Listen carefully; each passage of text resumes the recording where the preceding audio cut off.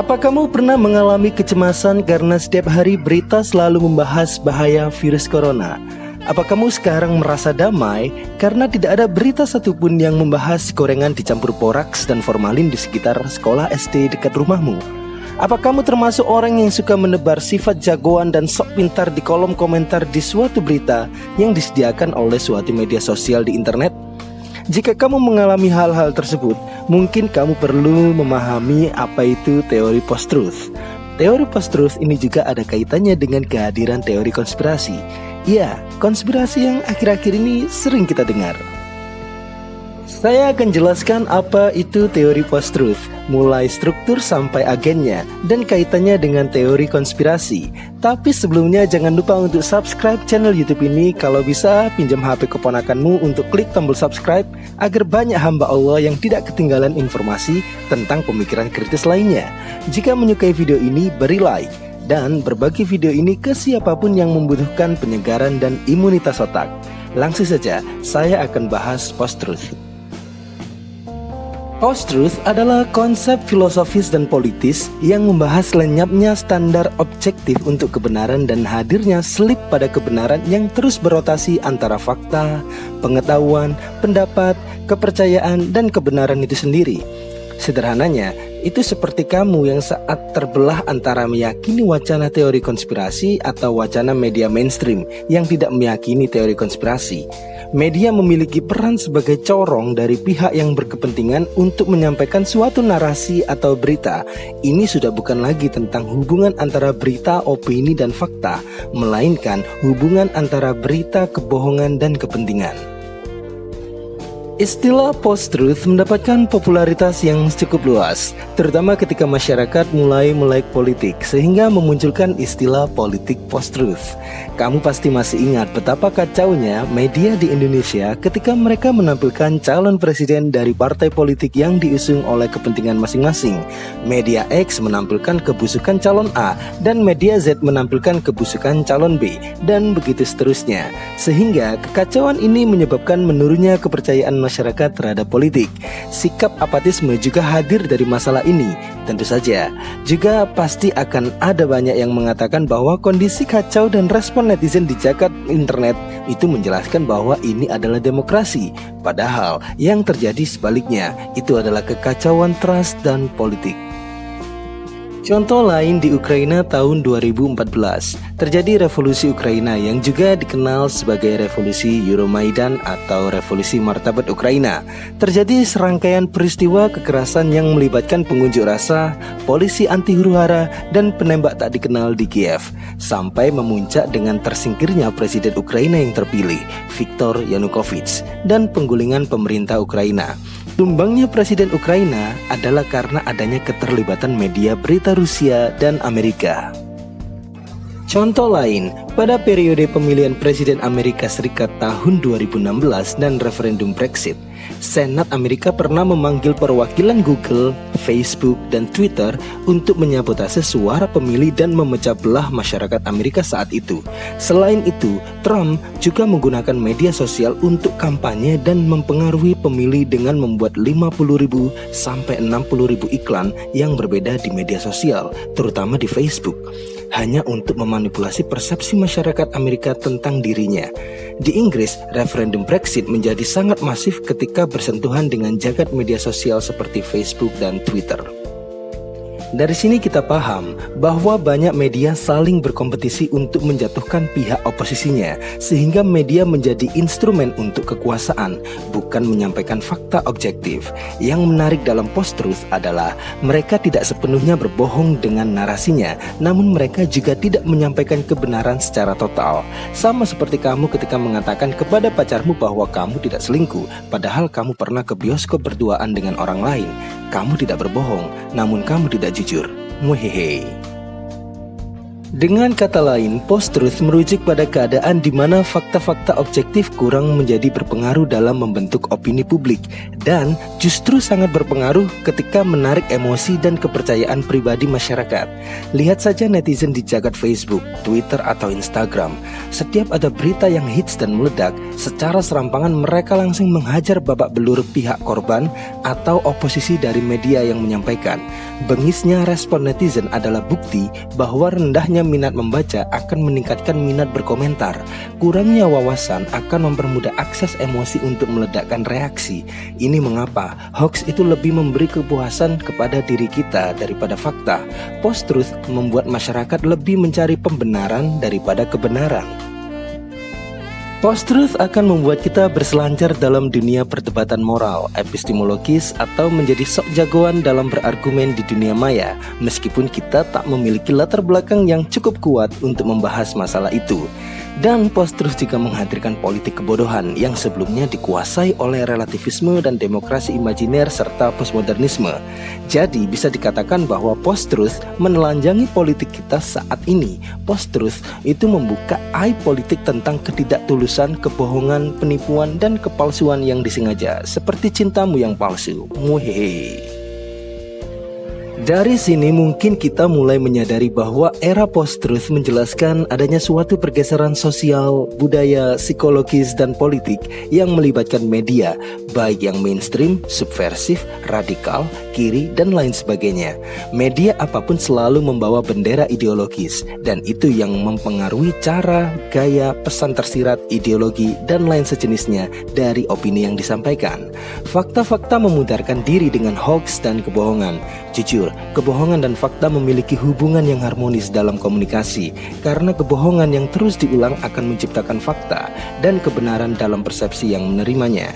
Ibaratnya, tiba-tiba semua berita di internet dan non-internet mengatakan bahwa persediaan tisu akan habis besok.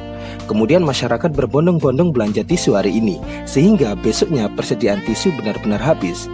Kamu bisa bayangkan bagaimana itu terjadi saat wabah atau pandemi virus menyerang suatu negara. Media akan memiliki kuasa untuk mengontrol persepsi dan perilaku masyarakat. Media sosial yang menampilkan berita serupa dan berulang-ulang akan menciptakan ruang komunikasi yang disebut sebagai echo chamber. Echo chamber atau ruang gema adalah ruang imajiner dalam komunikasi yang membentuk kondisi di mana seseorang menerima informasi, ide, gagasan yang serupa dan homogen secara terus-menerus, sehingga ada semacam faktor hipnotis untuk membuat si penerima informasi menjadi sangat fanatik dengan info yang disampaikan.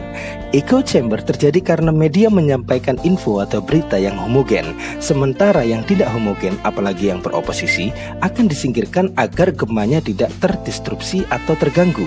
Ini menjadi semacam ruang yang sudah memfilter berita agar proses hipnotis komunikasi menjadi sangat lancar. Facebook, Twitter, Instagram, dan lain sejenisnya adalah platform yang memiliki kecenderungan untuk menghadirkan echo chamber dari suatu media. Platform memiliki semacam sistem algoritma untuk memfilter apa yang pantas dan tidak pantas bagi mereka. Algoritma ini hadir seolah-olah sebagai filter bubble.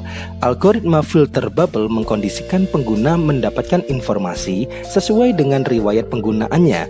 Secara perlahan tapi pasti, informasi yang dipasok akan selalu disesuaikan dengan preferensi yang dikehendaki, sedangkan yang tidak sesuai akan tersortir dengan sendirinya.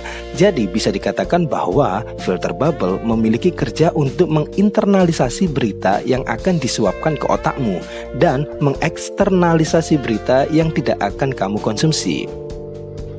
Eksternalisasi dari algoritma ini yang membuat masyarakat hanya akan mendapatkan informasi yang bersifat dangkal, banal, dan parsial.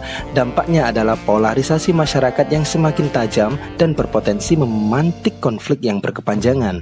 Misalnya saja kamu suka kampret, maka kamu akan semakin fanatik dan membenci pihak oposisi karena kamu akan terus mengkonsumsi berita tentang kampret. Jika kamu suka cebong, maka kamu akan menjadi semakin fanatik dan membenci pihak oposisi, dan begitu seterusnya. Sama seperti kamu suka buka TikTok cewek seksi, maka di beranda pencarianmu akan muncul banyak cewek seksi yang suka main TikTok. Dan jangan kaget jika mungkin saja cewekmu juga main TikTok dan dikonsumsi oleh cowok-cowok mesum lainnya. Muhehe. Dari sini kita dapat menyadari bahwa post-truth sengaja dikembangkan dan menjadi alat propaganda dengan tujuan mengolah sentimen masyarakat, sehingga bagi yang kurang kritis akan dengan mudah terpengaruh terhadap agenda politik tertentu yang sedang diskenariokan. Salah satu faktor yang menjadi katalisator dalam berkembangnya post-truth adalah ketergantungan masyarakat terhadap teknologi informasi, terutama media sosial dan digital yang mampu menciptakan realitasnya sendiri, sesuai dengan agenda yang diskenariokan oleh pihak yang memiliki kekuasaan dan kepentingan. Ketika semua media memiliki kepentingan, maka kita juga tidak seharusnya meyakini satu media, bahkan arus yang membanjiri pikiran kita. Ketika kita membuka suatu platform, baik media mainstream atau media non-mainstream, semuanya memiliki kecenderungan yang sama, kepentingan di atas kebenaran. Hal ini juga berlaku pada teori konspirasi. Teori konspirasi atau teori persekongkolan adalah teori asumtif yang berusaha menjelaskan bahwa penyebab utama dari serangkaian peristiwa politik, sosial, atau sejarah adalah hasil skenario rahasia yang direncanakan secara diam-diam oleh suatu kelompok rahasia atau organisasi yang sangat berkuasa atau berpengaruh. Konspirasi berasal dari kata Latin con yang berarti with, together, atau dengan, bersama, dan spirare yang berarti to breathe atau bernafas. Jadi jika diterjemahkan berarti dengan bernafas atau bernafas secara bersama yang merujuk pada aktivitas secara pelan-pelan tanpa bersuara atau diam-diam. Teori konspirasi mengklaim bahwa peristiwa-peristiwa besar dalam sejarah sebenarnya didominasi oleh para konspirator belakang layar yang memanipulasi kejadian sosial, politik, sejarah, dan apapun itu yang masif, mulai urusan kehidupan bangsa sampai urusan sesuap makanan individual. Bagi orang yang tidak percaya teori konspirasi, konspirasi hanyalah gagasan yang mengada-ada, menyia-nyiakan waktu, kurang kerjaan, dan bahkan hanya mengandalkan cocok-cocokan pemikiran. Namun bagi para penganutnya yang fanatik, teori konspirasi seperti mencerahkan pengetahuan yang selama ini secara tidak sadar ingin mereka ketahui. Penganut teori ini juga terbagi menjadi dua kubu atau dua kelompok. Kelompok pertama adalah mereka yang menyampaikan dukungan argumentasi yang kuat, fakta akurat, data ilmiah, pendapat yang bisa diverifikasi kebenarannya, tokoh-tokoh yang nyata, sejarah yang memang ada dan bukan hanya mitos, dan lain sebagainya. Kelompok ini juga yang percaya bahwa John F. Kennedy sebenarnya tidak tertembak mati, tetapi diselamatkan oleh makhluk luar angkasa. Itu contohnya. Kelompok kedua adalah mereka yang percaya tanpa syarat, alias mereka yang menganggap apapun yang terjadi sudah dirancang sedemikian rupa, yang acap kali berhubungan dengan mitos, legenda, supranatural, dan lain sebagainya. Misalnya saja, mereka yang percaya bahwa peristiwa 11 September sudah dirancang seperti yang terlihat pada lipatan uang kertas $20 Amerika Serikat, yang menciptakan gambar menara kembar yang terbakar. Jika cowokmu bilang serius tapi nggak mau nikahin kamu, kira-kira konspirasi pertama apa kedua? Apa itu konspirasi hati? Muhehe. Contoh lain, kasus di tengah wabah coronavirus di 2020 ini. Kamu pasti pernah mendengar gagasan konspiratif dari seorang musisi punk yang radikal yang berkolaborasi dengan seorang dokter muda yang juga pebisnis. Tiba-tiba ada sekelompok orang yang hanya berlandaskan bacaan-bacaan artikel dari suatu media tertentu, kemudian muncul ke publik dengan kekuatan basis fansnya untuk membawa suatu berita yang menentang berita umum tentang virus corona. Mereka meyakini bahwa virus corona adalah konspirasi dan media mainstream menopangnya. Pertanyaannya, apakah kita harus mempercayakan urusan biologis dan nyawa kita pada seorang musisi punk dan seorang dokter muda yang menjalankan bisnis? Tanpa merendahkan status musisi dan dokter muda, mungkin diperlukan lagi pembuktian tentang kualitas apa yang dibicarakan dengan pola yang lebih akademis, seperti dalam bentuk jurnal, penelitian, dan sejenisnya, daripada hanya meledakkan status oposisinya berlandaskan teori konspirasi lainnya yang sudah ada. Tentu saja, para fanatik teori konspirasi jelas akan membantah, dan mereka akan mengatakan bahwa jurnal dan institusi penelitian juga dikuasai oleh elit global. What the Bukan hanya tidak disukai perihal fenomena ini, saya hanya penasaran dengan reaksi masyarakat yang kebingungan untuk menaruh kepercayaan, di mana mereka mempercayakan nyawa mereka antara berita dua kubu mainstream dan kubu anti-mainstream, seperti subversif atau konspirasi.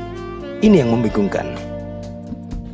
Kita pasti sadar secara umum, yang dijadikan landasan formula teori konspirasi adalah keberadaan kelompok elit, biasanya keluarga Rockefeller dan Rothschild atau Yahudi dan sejenisnya. Maka bisa diasumsikan bahwa kelompok teori konspirasi adalah kelompok yang tidak menyukai kelompok elit. Dan ada dua asumsi siapa saja yang tidak menyukai kelompok elit tersebut. Jika bukan kelas menengah ke bawah, maka itu adalah kelompok elit yang berseberangan dengan kelompok elit yang mereka serang. Ini hanya tentang meyakini suatu informasi. Post-truth menelanjangi kita bahwa kita terlalu lemah dalam memisahkan urusan sentimen dengan urusan fakta objektif. Teori konspirasi adalah efek bias dari post-truth. Berita dari media mainstream menampilkan berita dengan penjelasan dan argumentasi serta referensi tertentu untuk menguatkan tingkat faktualitas beritanya.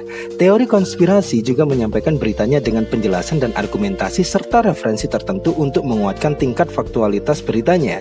Jika kedua berita menyampaikan berita dengan level argumentasi yang sama kuatnya, lantas di mana posisi kebenaran? Di sini mungkin kamu akan menjadi sedikit postmodern, bahwa kebenaran tersembunyi dan bahkan tak seorang pun tahu itu di mana. Kebenaran ada di setiap believer atau orang yang meyakini. Post-truth membuka mata kita bahwa yang benar dan yang salah itu sangat kabur. Yang benar bisa salah dan yang salah bisa benar. Dan bahkan juga tidak ada yang benar dan tidak ada yang salah. Yang hoax bisa menjadi kebenaran dan yang benar bisa saja menjadi hoax. Ini bukan tentang dirimu, tapi tentang bagaimana dirimu menampilkan diri. Henry Kissinger, mantan Sekretaris Jenderal Amerika Serikat, pernah mengatakan bahwa jika kamu mengendalikan minyak, maka kamu akan mengendalikan bangsa. Jika kamu mengendalikan makanan, maka kamu akan mengendalikan populasi. Saya sepakat itu. Namun, ia lupa satu hal. Jika kamu mengendalikan informasi, maka kamu akan mengendalikan kebenaran. Seperti biasa, jika kamu belajar sesuatu hari ini, jangan lupa untuk tulis di kolom komentar. Tetap berbakti kepada orang tuamu, tetap jangan menjatuhkan jemuran tetanggamu yang belum kering, dan tetap jangan memaksa kalau utang ke temanmu. Sekian, terima kasih.